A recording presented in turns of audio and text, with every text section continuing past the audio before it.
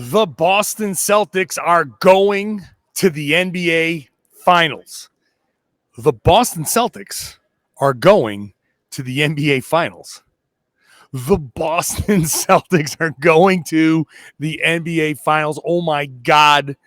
I'm talking about it right now on the Locked On Celtics podcast. Be ever ready. Recognize the city of champs.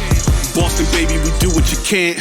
Locked on number 18, Tatum and Brown, J-team, step back. We gon' wet that and slay teams. Of course the Celtics, who else could it be? Screaming like KG with the Larry O.B. Karalis above average, assessing the team status. Best daily pod, no cap, salary matching. Clutch like Bird the DJ, keep John on replay. Prime time, dapping up the truth on the sideline. Raining J's, how it started, raising banners, how we finished. Locked on Celtics pod, home of the winners. B. Hey there, welcome back to the Locked On Celtics podcast. Thank you for making this show part of your daily routine and your first listen every day, Monday through Friday. Hell, let's take this thing Saturday through Saturday, 7 days a week through the NBA Finals because the Boston Celtics are facing off against the Golden State Warriors after a Celtics win in Game 7 over the Miami Heat in the Eastern Conference Finals. Wow. I can't believe that this Celtics team is going back to the NBA Finals. Unbelievable. I'm John Karalis. I cover the Celtics for Boston Sports Journal. And if you're watching the show on YouTube, you'll see me here at the FTX Arena in Miami, Florida, where the Celtics won Game 7.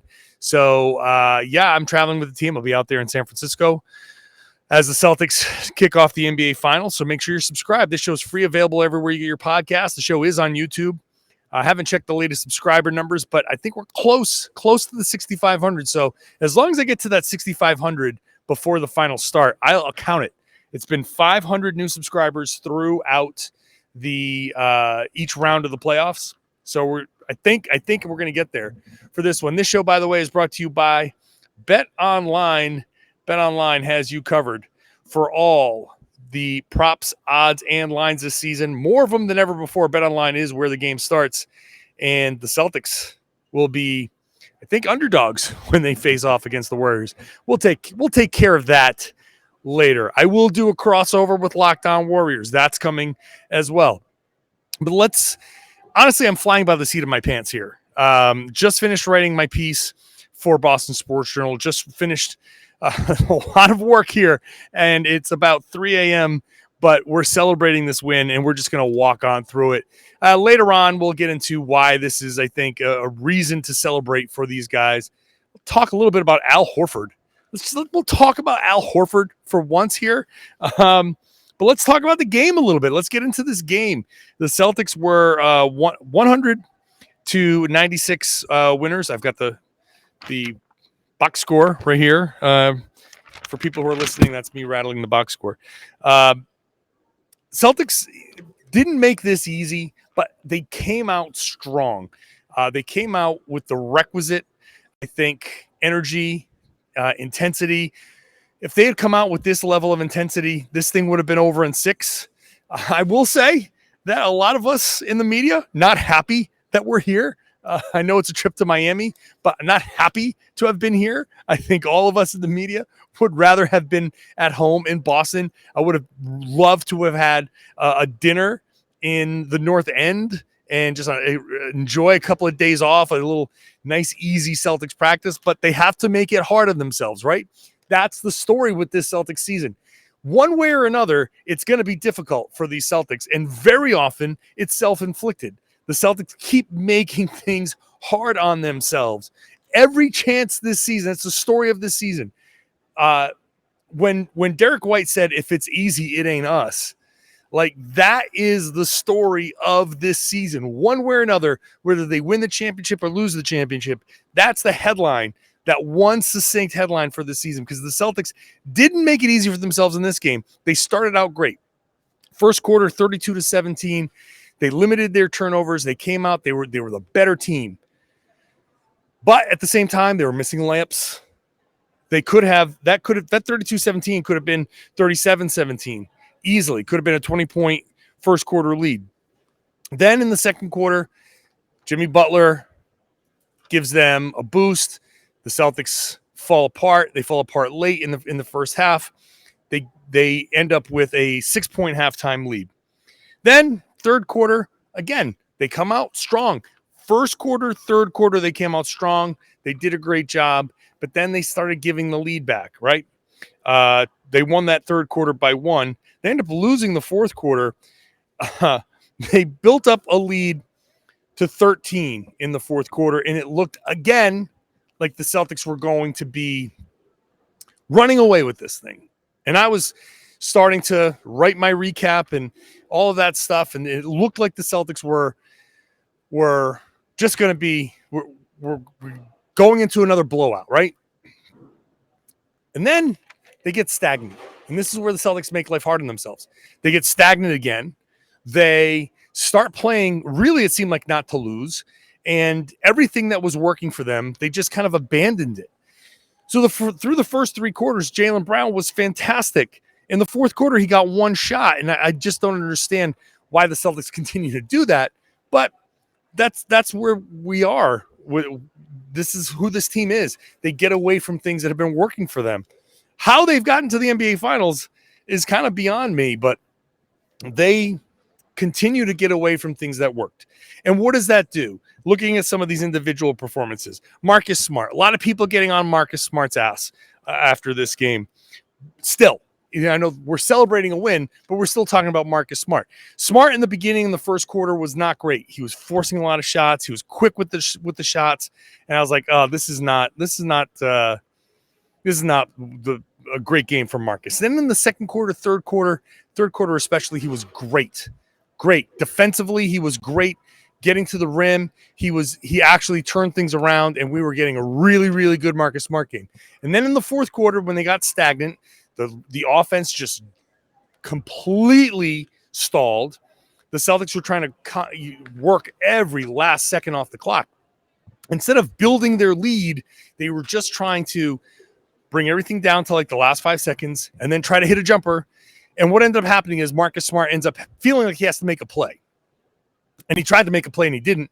And then we ended up getting the Marcus Smart, people saying it was Marcus Smart hero ball. But a lot of that, honestly, in that fourth quarter, I felt like Marcus was just kind of stuck. Like somebody's got to do something. And they're taking the ball out of Jayson's hands. Jaylen's off in the corner. I got to do something. Now, one of those things that he could have done was try to find Jaylen, but whatever. The Celtics give up an 11-0 run. An 11-0 run. They had a 12-point lead. 13-point lead, I'm sorry. 11-0 run. Jimmy Butler gets the ball with, 17 seconds left? And he comes down. It was a 3-on-2 and pulls up for 3. And I was like, I remember I was sitting next to Suichi Terada from Mass Live as the lead was starting to dwindle down. And I said, this game is begging for something stupid to happen. This is the type of game where something stupid happens and you say, oh my God, I can't believe that this is how this went. And slowly but surely, offensive fouls. And one of the reasons why I think that it's really imperative for them to continue to get Jaylen Brown involved in these fourth quarters and even with however many games left, 7 games at the most left in the season, they still have to be better about getting Jaylen involved in these fourth quarters. That offensive foul that Jaylen committed in the fourth quarter was because he didn't get the ball a ton. And if he's not getting the ball, when a really good scorer isn't getting the ball, when he finally gets it in the fourth quarter, as Jared Weiss from the Athletic walks by, if he's not getting the ball in the fourth quarter, when he gets it, he's going to do something. He's going to try to do something with the ball. And he tried. He was aggressive, but overly aggressive. And he certainly wasn't going to give the ball up because he hadn't been getting the ball all quarter long. And then what happens? Offensive foul. You can say whatever about that offensive foul, but still. So when I said this game was asking for something stupid, that Jimmy Butler three-pointer was the something stupid that I thought was going to happen. I swore that was going in. It felt like it was going in. It felt like it should have gone in. The way the Celtics played over the last 4 minutes, it was like, oh, crap, the basketball gods, here they come. And it didn't go in. And I think part of that is because Jimmy Butler basically played all 48 minutes. Did he come out at all? It says here he played 48 minutes. I thought he sat down for a few of them. But I just think he had no legs left. Shout out to Jimmy Butler, man. Shout out to him. That dude just continues to try to will his team. 35 points, 9 rebounds, just 1 assist, though, because the Heat had no help. No help at all. Kyle Lowry was terrible, 4 of 12, 15 points. Max Strus, 3 of 10, although he hit a huge one. Bam Adebayo was good, but Tyler Hero came back. He was terrible in almost 7 minutes. I will say that Tyler Hero's return helped Jaylen Brown a lot. There were a couple of drives where Jaylen was going to his right and Hero was stuck to somebody in the corner and he didn't come down to dig or swipe or anything like that.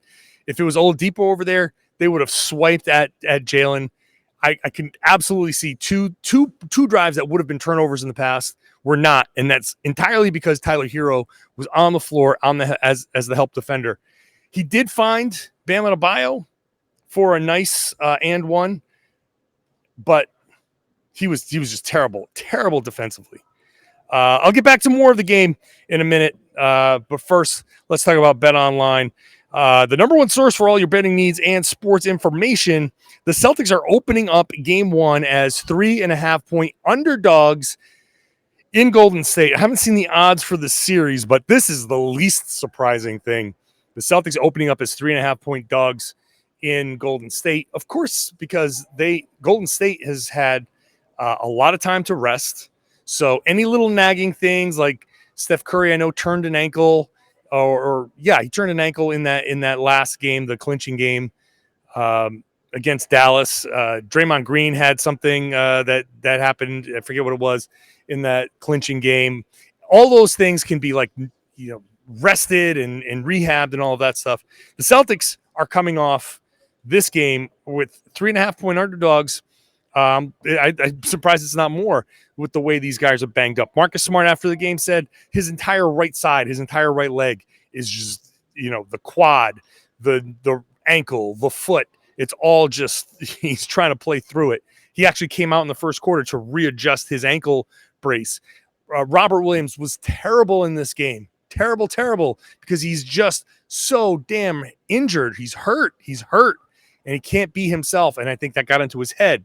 So the Celtics opening up as 3.5-point underdogs is a little, it's not surprising at all. If anything, I thought it would be maybe a little bit more. You can get all the latest odds, news, and developments, including Major League Baseball scores, the fights, even next season's NFL futures. It's all over there at BetOnline. It's your continued source for your sports wagering information, live betting, esports, and more. Of course, the NBA Finals is covered there. Head on over to the website. Use your mobile device today to learn more about the trends and action. BetOnline is where the game starts. Please gamble responsibly. Hey, thanks for making Locked On Celtics your first listen every day. How about making Locked On NBA your second listen every day? Locked On NBA is rotating hosts. I'm one of those rotating hosts. I'll be there on Wednesdays. So make sure you're subscribed to Locked On NBA wherever you get your podcast. Just wrapping this up from the game, I thought so. Jayson Tatum was pretty good. He had a couple of shots there at the end to kind of ice the game, but could have been better down the stretch. I really just wanted to see the Celtics run better offense. I talked about Jaylen Brown was really good. They need to feature him more in the fourth quarter. Marcus Smart again, tough shooting early, First quarter Marcus was not great. I didn't think that was good Marcus. Fourth quarter Marcus was not great, but I thought he was kind of forced into that situation. I didn't like that. I think that's more of a systematic issue that hurt the Celtics there. But second and third quarter Marcus was really, really good. Grant Williams, 5 of 8, 11 points. Grant getting up ahead of everybody in the break was a huge deal early on. He only took 1 3-pointer. and he missed it, which is he's going to have to get back to that in the finals. But him getting ahead and getting layups basically in transition was exactly what the Celtics needed. Robert Williams, I just mentioned that he was bad. His head he was not into it. And I think after the game, Ime explained it, that Rob was, he wants to be the second team all defense guy, and he's not right now. And Ime stressed that, look, we need you to just be yourself as best you can. Understand that you need to be out there. They need to play him because they need certain rotations to still be intact behind that. And so they can't just not play him. It'll be interesting to see what he can do. This is Sunday that they played this game. If they can get, Monday, Tuesday, Wednesday, couple of days off, he's not gonna be 100% by the time they get to San Francisco, but he'll have to be something. He's gonna have to play, and that's just gonna be it. Al Horford. Let's talk about Al Horford, because before the game I wrote on Boston Sports Journal, do it for Al. And I thought you could see in Al Horford finally, this feeling of, oh my God, I made it to the finals. And you think about all of the great teams that he's been on. Some of the best Hawks teams, those Hawks teams with Budenholzer as the coach made deep runs. Never could get to the finals. Boston could never get over the hump. Obviously, Philly was a complete disaster, which I've said multiple times. It speaks more to Philly than it does to Al, because you can't tell me that Al Horford was doing anything besides being an absolute total pro, trying to do everything that Philly wanted him to do. And because it didn't work, I'm telling you, it's not Al's fault. You can't tell me after everything he's done on this team, everything that he's done for the Hawks, everything that he did in half a season for Oklahoma City, where he was so good, they were like, hey, Al, let's just shut this down because we don't need you being this good. Everywhere he's gone, he's been a pro that's worked his ass off. And Philly is the one place where it didn't work. That tells me everything about Philly, and I know what Al Horford is.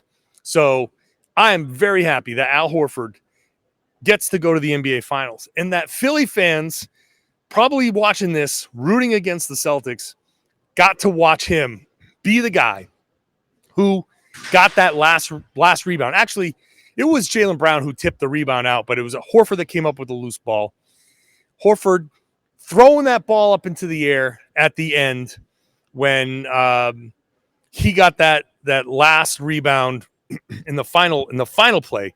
I was thinking about Jaylen tipping out the Jimmy Butler miss. Horford getting that play, getting that ball, throwing the ball up in the air, kissing the floor, all of that stuff.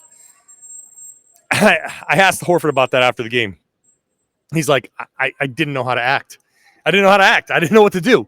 He's never been in this situation. He's been in every situation in the NBA except for this one, and he just didn't know what to do. It's like, so stellar moment for Al Horford.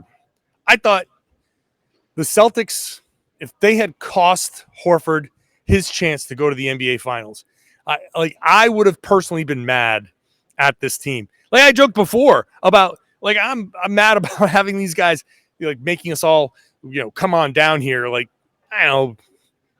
I'm not expecting anybody to cry for me. Like, oh no, you have to go to Miami and watch basketball. Ooh. Like, yeah, I get it. I'm just joking around about that stuff.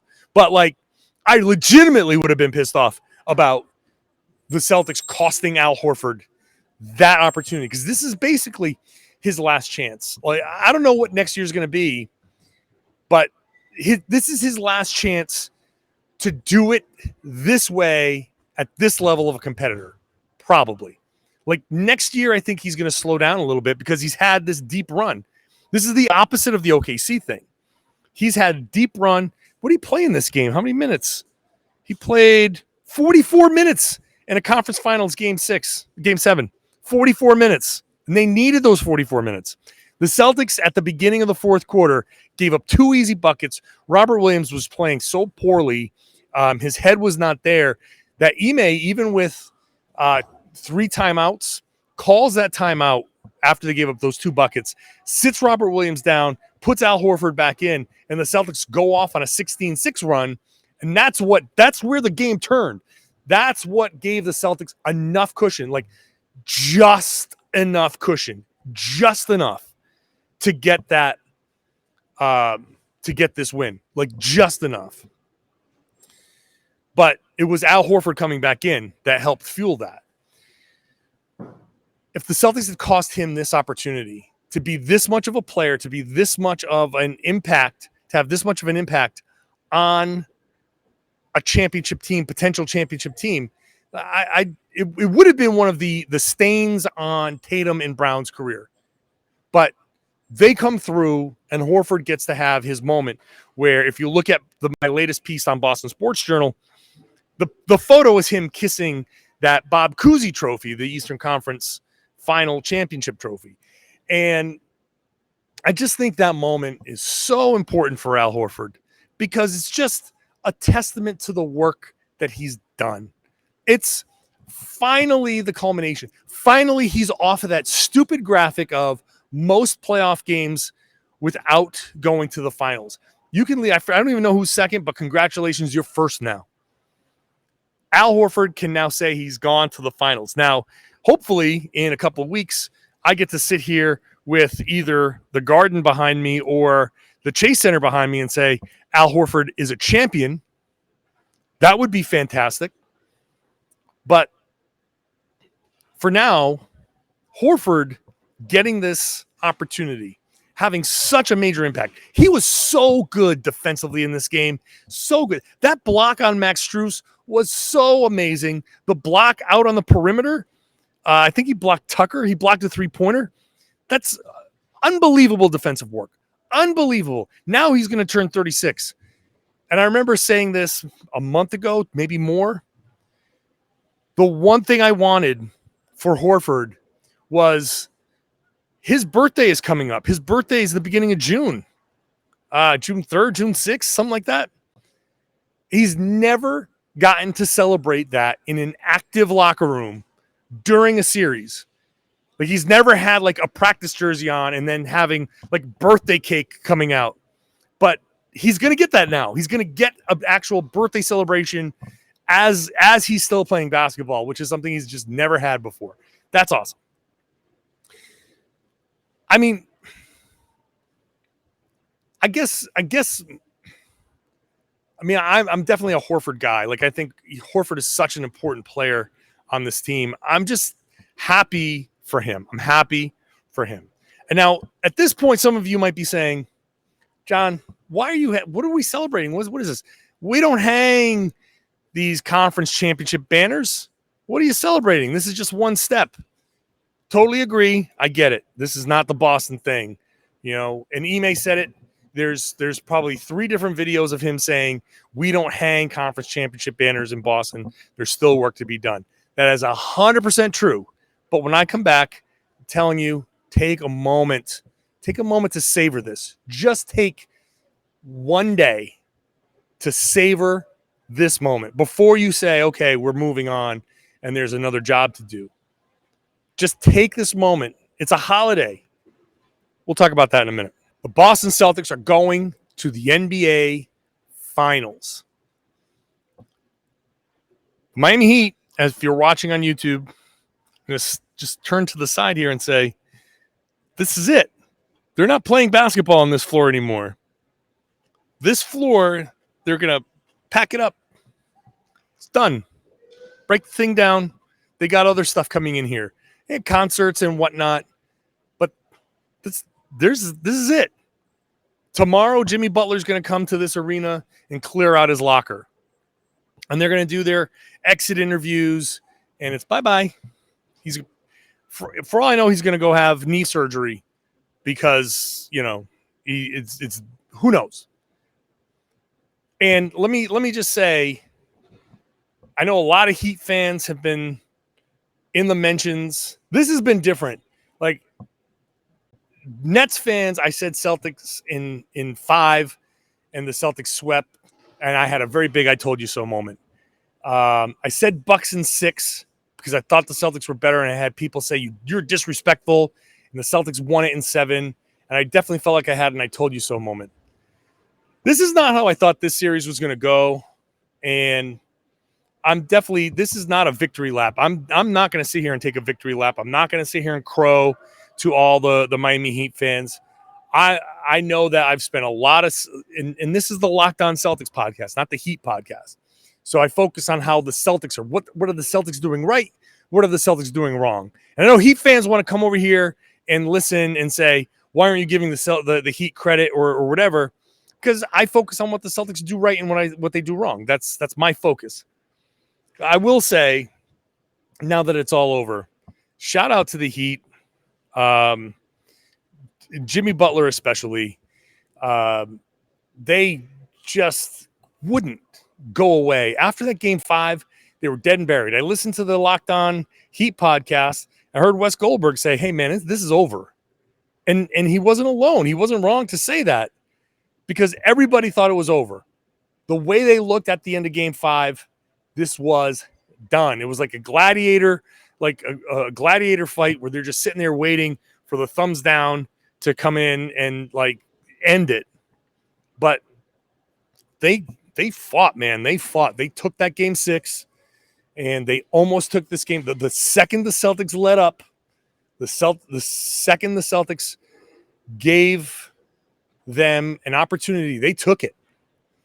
So credit to them. Credit to them. But now the Celtics are moving on, and I think because of how hard this series was, and because of how hard that Bucks series was, and because, look, the Celtics have gone through a ton of stuff all season long. And, yeah, a lot of it was self-inflicted, for sure. In fact, almost all of it was self-inflicted. But they've grown, and they've had to learn, and they've gotten through it. I just feel like for this day, this is a moment to celebrate. This is a moment to just say, you know what? After everything this team has been through, the early season struggles, all of the questions, the infighting or what seemed to be infighting, all of that stuff, the fact that they were able to put all of that behind them and go on that run, and the fact that that run wasn't just a regular season thing, that they were able to dispatch the Brooklyn Nets and get through Kevin Durant, the fact that they were able to gut their way through a series against an incredibly physical Milwaukee Bucks team and get through Giannis Antetokounmpo. And then they were able to outlast the Miami Heat, a team that we all know is just the way this team is built and everything that this franchise is about. Like, this is a team that doesn't die. You got to kill them. And the fact that the Celtics just barely did that against a Jimmy Butler who, hey, you know what? I know what I said on the Locked On Heat podcast, but I definitely discounted how much Butler can will himself to another level of play. And he was amazing. He was amazing. He played throughout this whole game, and he nearly did it. He nearly stole this game for his team. And the fact that the Celtics were able to get through all of that and get to the finals, that's just an amazing accomplishment. That is amazing. That's amazing. And it should be celebrated. Like, there's nothing wrong with taking a moment to be like, oh my God. Yeah, this is an accomplishment. This is something. Now, it doesn't mean that the Celtics throw themselves a party. They know. Ime said it. There's a video afterwards from the locker room where he said, look, we don't hang conference titles banners here. We don't do that. We got work to do. But enjoy this one win. Enjoy it. Enjoy this series win. And I think we should all follow that same kind of mantra. The Celtics are going to the finals, and this is Memorial Day weekend. You're having a barbecue or something. You're sitting in the pool. Just have a drink floating around the pool and just smile. Don't worry about the Warriors right now. Don't worry. We know what the Warriors are, and I'll be talking about the Warriors plenty. We know that this is going to be a tough series. And when I do my crossover with Locked On Warriors, I'm not going to have this same level of confidence. I can tell you right now, I'm not going to have the same level of confidence that I did in these first 3 rounds. I don't know how these finals are going to go. I really don't. And I'll be honest with you guys. Like, I'm not sitting there saying like, oh yeah, I have firm belief that the Celtics are going to be champions. They very well could be champions. This is a matchup that could work in their favor. And I got to dig into it to figure out how I think this is going to go. But this is going to be a tough series. This has the potential to be an amazing NBA Finals. It also has the potential to go one way or the other. Like, I don't know how it's going to go. But we'll worry about that tomorrow. Today, enjoy it. Have a drink. Have your burger or your chicken or whatever you're making. Enjoy the moment. This is worth, considering the season, this is worth enjoying. I will be back with more podcasts, and I like I said, I'll do something every day. Now through the NBA Finals, even on off days, even on double off days, I will find something to do every day. So every day will be a podcast from now until the end of the season. So make sure you're subscribed. Bonus podcasts like crazy. Even on a day where I can't speak anymore, I'm going to do a podcast. So subscribe wherever you get your podcast. Watch the show on YouTube. Subscribe on YouTube. We're going to get to 6,500 here soon, and I'll count that as the end of this series. Trying to get to 7,000 by the end of the NBA Finals. Maybe more? Can we get to more? Whatever it is, if you're a subscriber, thank you. And share the podcast. Tell your friends, tell your family that they should be listening to and watching the Locked On Celtics podcast here on the Locked On Podcast Network.